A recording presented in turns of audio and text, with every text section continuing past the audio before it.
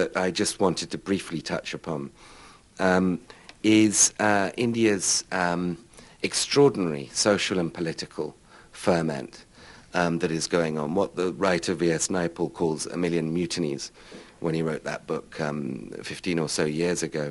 In the 15 years since that book came out, the degree to which caste politics and the underdog has made themselves through the ballot box politically powerful and known is really accelerated and intensified even more. India now has 24-party coalition governments. No other country in the world has multi-party coalitions of this size that survive usually full 5 years in office.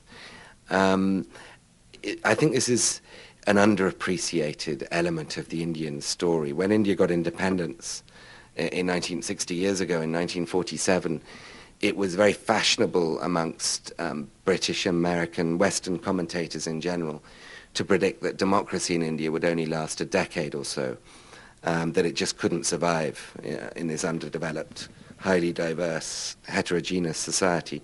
And of course, those predictions have stopped having been belied, barring a 19-month era of autocracy in the 1970s. Having been belied, nobody makes those predictions anymore.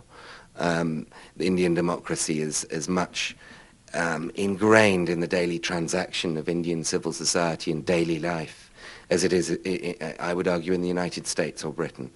It's very, very deeply entrenched. And the fact that the change, if not dissolution, of the caste system is taking place peacefully through the ballot box, through a system of one person, one vote, and that change is accelerating, partly through urbanization, is a remarkable and as I say, underappreciated feature of modern India's rise.